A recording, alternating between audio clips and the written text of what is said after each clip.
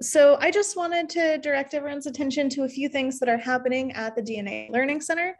So our big thing right now is that our summer camp registration is open. So we have summer camps here. I am stationed at the DNA Learning Center in Brooklyn, downtown Brooklyn, and we have summer camps also out in our Cold Spring Harbor location and at Regeneron campus up in Sleepy Hollow, up in Westchester County. So if you have students or know students, let them know about our summer camps.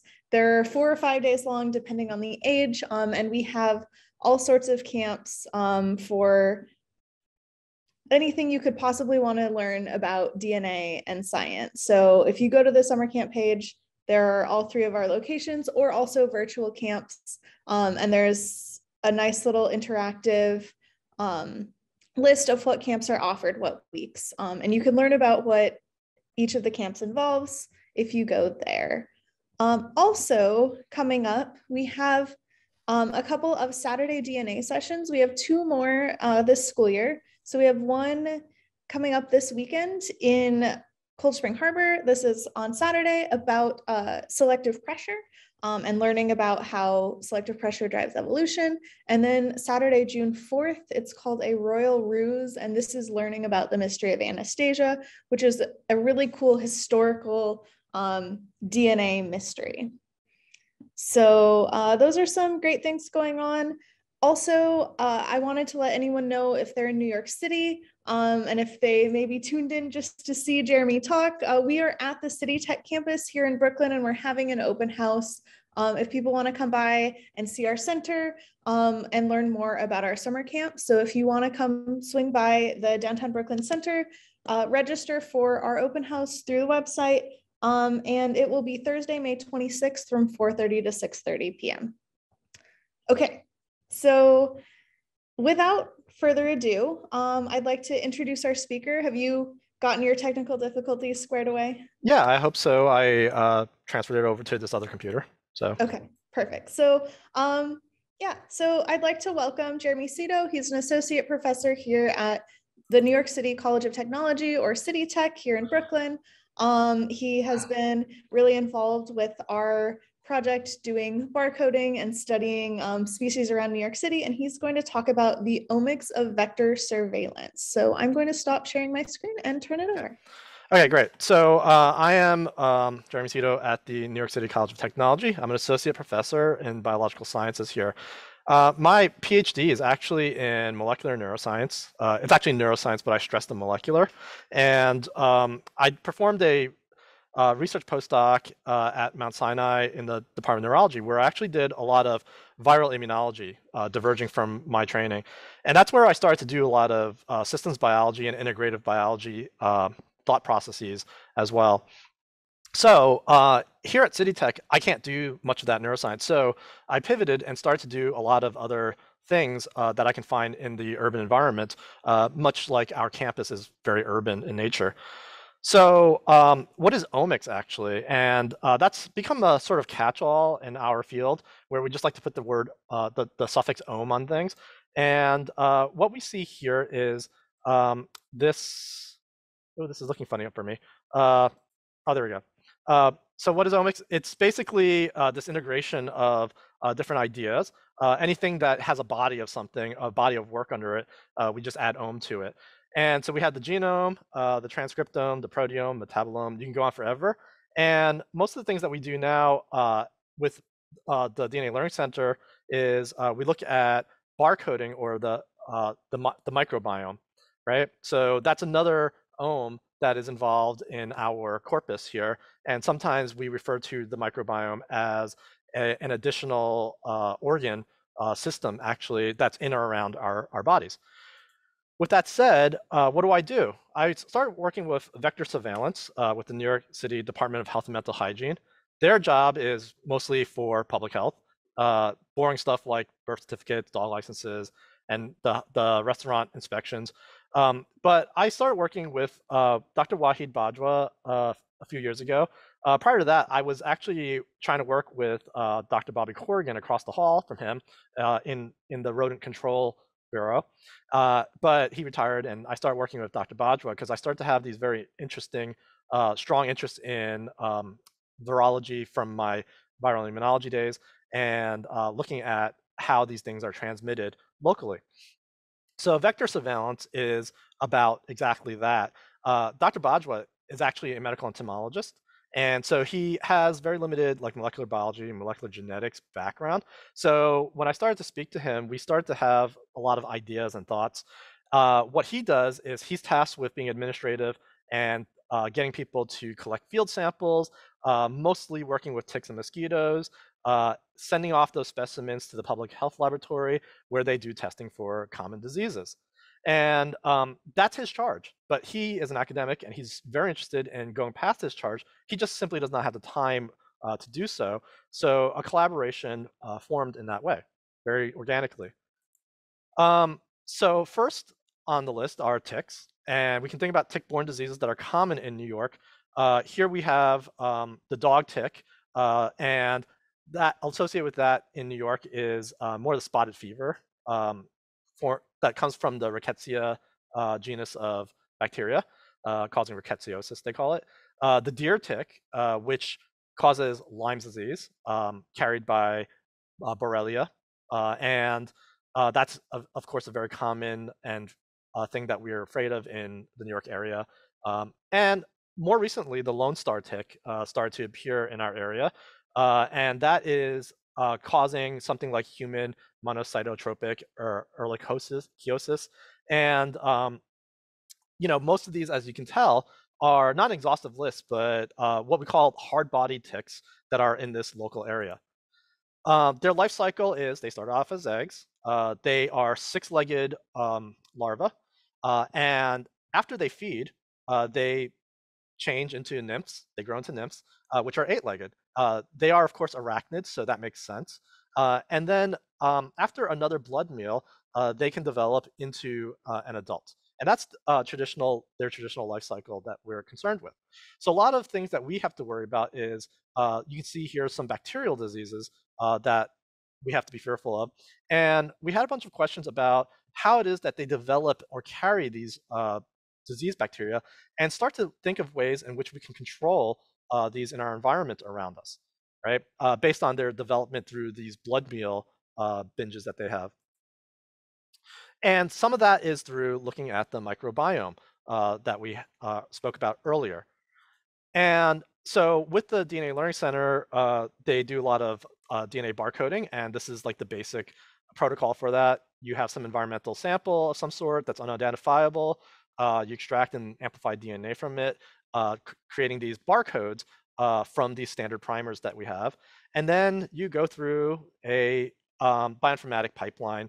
Here we have the blue line on the DNA subway to make that easy for a lot of people in educational spaces.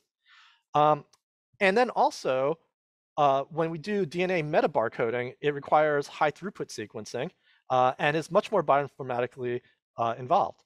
And so going to the microbiome, which is metabarcoding, we can use a barcode for the 16S ribosomal RNA of bacteria to do so. And once again, DNA subway makes it easy. And some of us also use the actual pipeline called QIIME2, which is actually in the purple line of DNA subway, once again for educational purposes. And it works the same, and it's just very easy for us to use for that purpose. I do bioinformatics. It's part of our major here. So it's very important for me to teach our students how to use QIIME directly, but having these steps of using the DNA subway are also very useful as well to get to that point.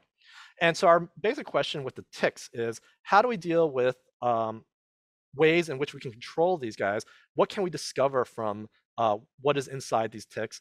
And so with the hard-bodied ticks, then we can look at their gut microbiome and think about routes of dysbiosis or intentional disruption of their microbiomes in their guts, especially when we know something about the way that they are feeding on blood meals. So here are the standard ticks that we have in the area. There are more, of course, and there are newer ones that have come about as well, such as the Asian longhorn tick, which is not represented here. And I'm missing, I believe, the male deer tick.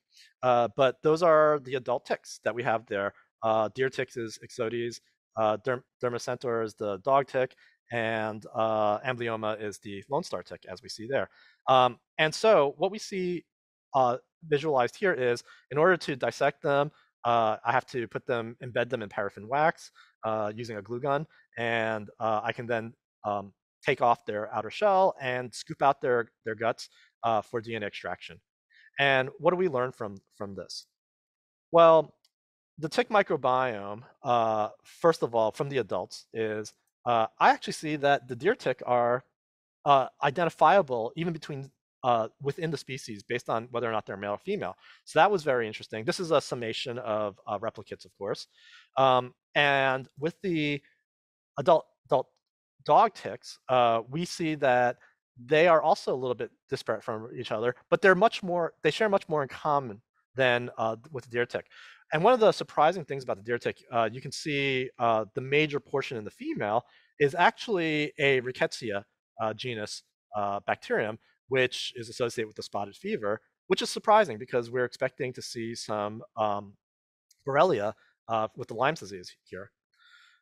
And here are the Lone Star ticks. Once again, these are much more similar between the genders, right? Or sexes, I should say. And what we actually can come up with is this sort of analysis, because stack bar charts are easy. Pie charts are, a stack bar chart with no y coordinate. But ultimately, what we can see is they're hard to read. The coloration, of course, is not useful because they change unless you're doing all the analyses at the same time. So we do other analyses such as principal component analysis. And from that, this is our principal component analysis of these adult ticks. I also have a lot of data with the nymphs and larvae. I don't have them completed, so I didn't include them because it has been very difficult to get dog tick nymphs for some reason with these drag netting that the health department perform. So what we see here is with the principal coordinate analysis, component analysis, not coordinate analysis, is that you can actually see a separation in the different guts of these different ticks. And for some reason, the deer ticks, the males and the females are very different, so much so that the males resemble more like the dog tick microbiome in their gut, right? We don't know why that is, but at this moment, I do see that we had that unusual identification of the rickettsia that we would associate with the dog tick instead. But nonetheless, it is very interesting. And this goes to the point of what do we do with this information? My initial question was something about dysbiosis. This is very descriptive. What do I show you about our developmental time points? I don't have that in front of me right now, but what we do see is that we can identify them just based on their guts. And why would they have these very distinctive gut microbiomes? I would assume that it might also have something to do with what they're feeding on. And so that becomes another question. What are they feeding on besides, we don't want them to feed on us or our pets, but what we can do is try to perform standard, a metabarcoding on the blood meal itself, and that becomes an issue. And that's what this is showing us. If you actually perform a PCR on cytochrome oxidase for barcoding, unfortunately, you're just going to get a lot of tick because that's what's there abundantly. And so what these other primers show us outside the invertebrate one are these primers I was developing based on a protocol for lizards, also through blood meals. And unfortunately, they're hit or miss, and I find a very weak band with primer pair 3, which is great for metabarcoding because it's rather short and I can actually sequence that with a high throughput system. So I'm trying to figure that out, trying to match it up with all these things here in terms of how they develop these gut microbiome. But now I'm at a to be continued state because of the way the collection works and the students that I had working with me on this. One of them who has left me by now, his name is William Bennett, who had worked on a lot of this preliminary stuff with me. So that's a to be determined in the future thing that is still ongoing. So I'll move on to some things that we're doing with mosquitoes. in their urban environment, and that is that these are common disease-carrying mosquitoes that are found around New York City. They differ from the state as a whole because we're a little bit south from the rest of the state. And so we can look at some of the distribution of these things. The Culex pipiens is what we call the northern house mosquito, the common name. Aedes aegypti is referred to as the yellow fever mosquito, and Aedes albopictus is referred to as commonly as the Asian tiger mosquito. The Culex pipiens, the house mosquitoes, there are multiple Culex species, but you can see here, I got this from this paper that got the information from various vector control type of information. And you can see around here where New York is, the pipiens do exist, and they do. We know that for a fact. And I'll talk more about them in a little later because they are what we focus on. Here we have the other two, and albopictus is actually the one that we're more concerned with in our environment here, right? We don't typically have yellow fever, so that's a good thing. But the albopictus were the ones that were carrying things like Zika virus a few years ago. And so we do see some of these things here. Other things that these guys carry are like the heartworm that we don't want our dog to get as well. So West Nile is, going back to my viral immunology days, a flavivirus. It composed of a positive strand of RNA, single strand, and it is making one open ring frame that is proteolytically cleaved into their respective proteins. And we can see a three-dimensional rendering of those proteins on the surface of that virus. As I said before, the house mosquito is responsible for this. That's the Culex pipiens. But if we know anything about this, West Nile is actually from, as the name implies, West Nile, which is in Northern Africa. And it came to the United States in 1999, right? And it was misidentified as a disease because people were suffering from encephalitis in New York area, and they were being diagnosed with St. Louis encephalitis, which is also another mosquito-borne disease. And but what people noticed was a lot of birds were dying in the New York City area, and mostly a lot of corvids. The crows were decimated, as well as many jays. And what happens is this bird disease propagates and are amplified in their birds. And when they're bitten by mosquitoes, the mosquitoes transfer them. But mosquitoes can also transfer them to mammals, where we serve as a dead-end host because the viral load in our blood is not high enough for a mosquito to bite us and transfer it to someone else. However, that goes to beg the question: why would a mosquito bite a bird and then bite a human? And that goes back to some of the behavior that is involved in these mosquitoes. Culex pipiens are actually a complex of a lot of these mosquitoes, and they're either given these form or variation names or subspecies, and some argue that they're distinct species. However, they're morphologically identical, and they have different behaviors to them. The pipiens are actually the ornithophilic ones that feed on birds. They also require this. They're called anautogynous because they actually necessarily need that blood meal in order to form eggs properly. They also breed in large spaces, open spaces, and they have this seasonality to their reproduction. Whereas the Pipiens molestus, if you hear the name molestus, that means they're bothering someone, and they're named that way because they bother us, right? They're mammophilic. They bite mammals, and of interest to us is that they're autogenous, which means that they don't actually bite us because they need it for egg formation. They just bite us to be annoying, right? Hence the name. It begs the question of how you tell these guys apart if they're morphologically identical but slightly behaviorally different, and how we get this West Nile in the mammal population. And that's because they're not sexually isolated, and they do hybridize. So how do we study that? We use genomics in this case. And with genomics, let's go look at the Culex genome. This is from the southern house mosquito, which is Quinca fasciatus. And so we can have a rough understanding of what it is. It's about 567 megabase. So it's a little bit large for us to do this very rapidly and analyze how we can differentiate these two different forms and the hybrids. So how do we do this normally? Well, we can rely on our older techniques such as RFLPs.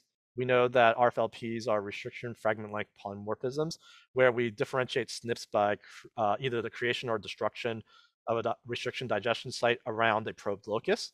But the problem is that requires a lot of time and actually a lot of DNA. So it's not that favorable for doing this. The preferred way is to use a microsatellite or mini satellite called CQ11. And these are what we standardly use for DNA fingerprinting these days in forensics, where you are using primers to amplify known loci, where there is known to be a variation in repeat length.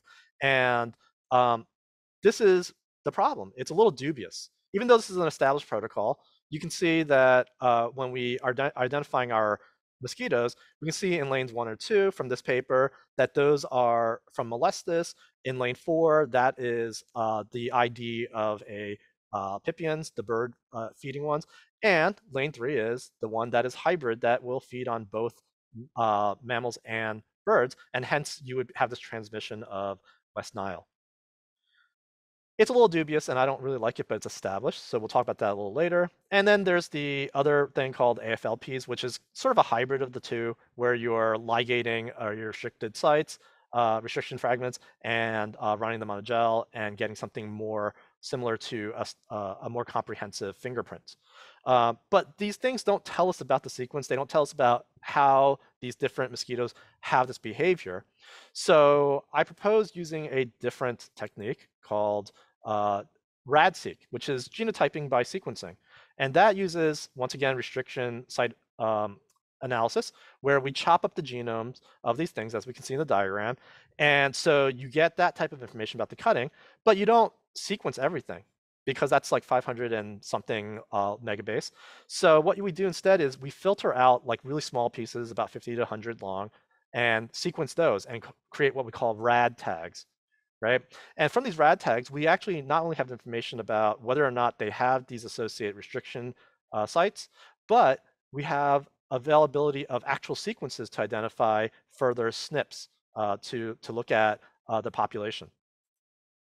So the health department had trapped and gathered eggs from these areas in New York City.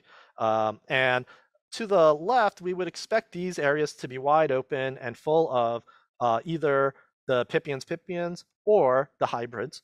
And in the sewers, we're expecting just the molestus here. And when we look at our admixture from this RADseq that I've performed, we can see that indeed we have almost what we expect, where the sewer is almost entirely of one population. So this is the proportion of ancestry of all these RAD tags that we sequenced. And the ones in Whitestone that we had as eggs and hatched them in the lab, they are almost entirely, but still a little bit containing genetic information from the molestus. And we have two outliers here. Of course, there's this one and this one that is not what we're expecting. But for the most part, most of these have a good degree of hybrid genetics to them, or genomics. Going back to CQ11, this is the reason why I don't like it, because we know these things are not single lab generations. They've been doing this all along for many generations. And therefore, they have lots of opportunities for the genome to recombine. And it's just not reliable when you look at these. And these CQ11 output do not even match up properly with our degrees of hybridization that we see in their respective RADseq sort of diagrams here. So we do know that pipiens and molestus in New York hybridize. That's not something mysterious, but we've shown it very rapidly and in a large number. We can use these data to actually search for appropriate SNPs and perform other types of analyses, such as MLST, the multi-locus sequence tag, where we can actually use these RAD tags to do that and type them more appropriately. And we can also look at those locations where we see respective tags that are associated directly with the feeding behavior and breeding behavior of these individual mosquitoes from where we received them from, right? And we can further elucidate form more rapidly. So this is still ongoing. We're still trying to get more data for this, and actually find with the genome that we have more information about whether or not I can do multi-locus sequence tagging to identify these guys. And finally, moving along to other control strategies that are employed out there, we can look at the life cycle of these mosquitoes. So they have an aquatic larval form, and then they emerge into their adults. And that's how we attack them. We attack them either as adults using pyrethroid toxins related to the flea and tick control that we have for our pets. And you have a molecule here of sumithrin, which is the molecule that they're using in New York City, which blocks voltage-gated sodium channels. These things are not that toxic to humans. And actually, we're putting it directly on our pets, and they are a little bit more sensitive. Sometimes dogs and cats will have seizures if they're very sensitive to this. But it seems to be fairly safe for people. And also, it's very light sensitive, so they disappear or degrade very rapidly with the light. The other thing that we do is we apply larvicide. And the larvicide that we have here, of course, is the Bacillus thuringiensis, a bacteria that we throw out. You can go to the home and garden store and pick up some of this to put into your ponds or fountains at home. And we know that the BTI, they call it, creates a protein called cry, and that gunks up the larval guts, and they kind of starve and change their pH, and they can't feed anymore, and they die. So this is just some images of what the city does, right, from last year, right? So you can see here around Newtown Creek, they were spraying, and here at different water areas around parks, they were performing larvicidal spraying. And when they do this, they have to ensure safety of people. So what they do is they do water quality testing at a lab to make sure that they're not damaging the environment too much. And this is an issue because what we do know from the health department is that they almost never, and I mean never, spray in Manhattan, basically because of the geography and all that of adulticide. They do larviciding. And so I happen to know that they haven't done it in a very long time in New York City. And last year I saw on Facebook that they were doing it. I didn't believe it, so I went onto the website that you can see here. And yes, they were planning it. And I didn't ask, but I can only assure you that something had to have triggered it, and I assume someone in Manhattan presented with West Nile encephalitis in order for this to have occurred, right? And so because of this, we know, and we know from other departments around the country and the world, that because of the usage of these toxins, they're becoming more resistant to them. However, we have this naive population in Central Park, specifically in Manhattan, that have never come in contact with sumithrin. And so what we can do is try to ask this question if they're actually different or if they're evolving in such a way differently than those in the outer boroughs. So, and this is due to multiple generation exposure, as you can see here. So how do we go and look at this? Well, then we apply transcriptomics, right? Transcriptomics through the technology of RNA-seq is like this cartoon here, which says you can go and grind up a bunch of magazines, and you're basically piecing it back together. And you can look at like word usage or something like that, and you can get some message out of it. Or more realistically, you have two samples. You isolate the RNA, and you make cDNA, fragment it, and sequence those fragments, and see what is read or expressed. And so what we did was in the lab, we performed the CDC bottle bioassay.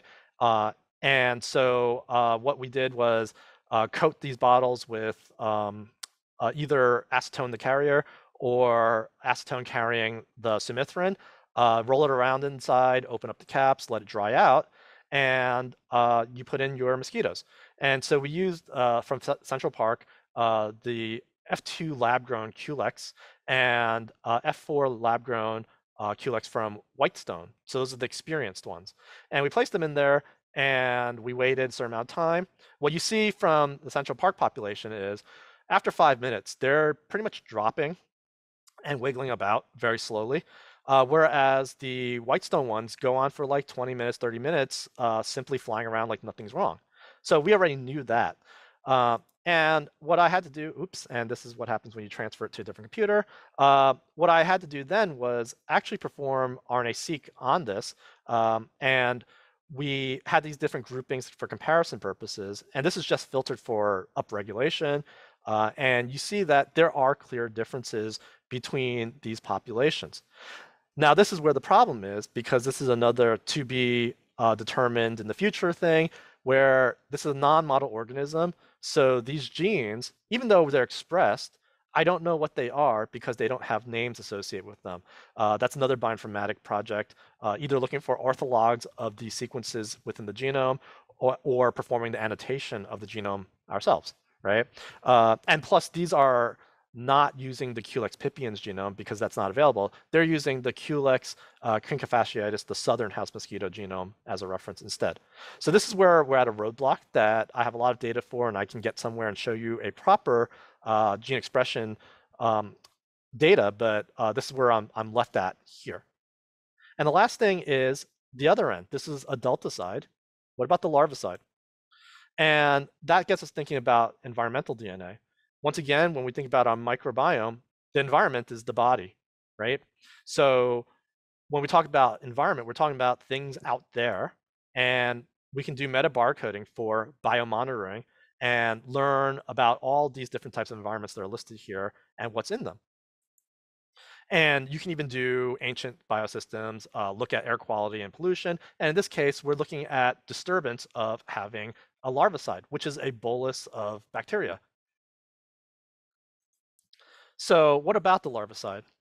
Well, here's a video of what happens with the larvicide. And of course, is it going to play?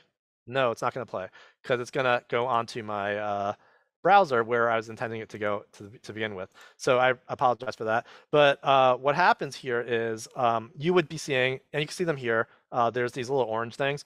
Those orange things are copepods.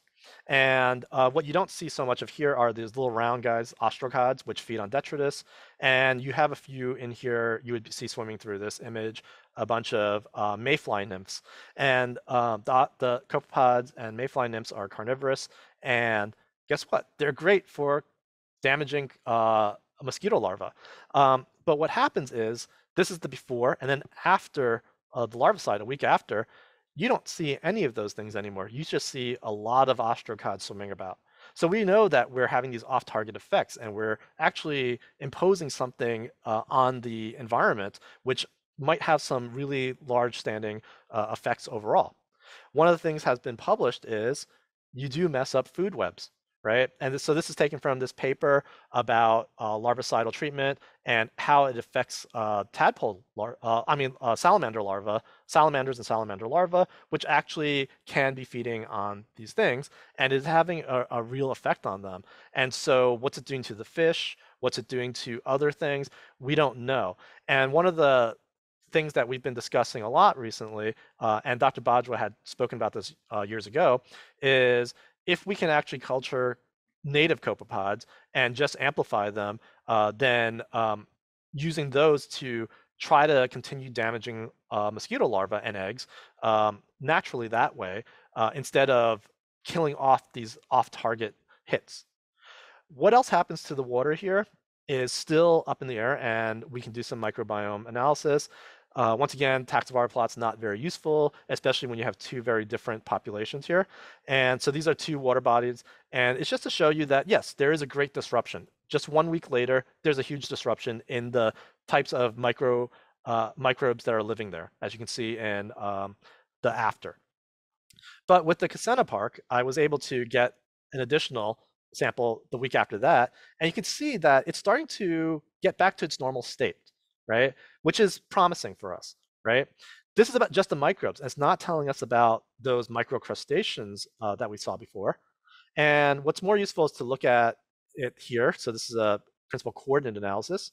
And we can see that, likewise, the way that these things cluster is showing that in this circle is, in the blue, is before in Cassena, The diamond is the after a week of exposure to larvicide, very different microbes. And then 1 week after that, there seems to be a resolution where they're going back to normal. We kind of see that, but we don't have the 1 week after period for the alley pond samples. And once again, this is a to be continued type of study because it's longitudinal. Some of this is very difficult to perform simply because when these samples are being collected, these guys in the health department are out, from like 10 to 4 a.m. And they can't get to me in time for me to process these samples because they got to go home and sleep. And it becomes very problematic for us to do this very effectively.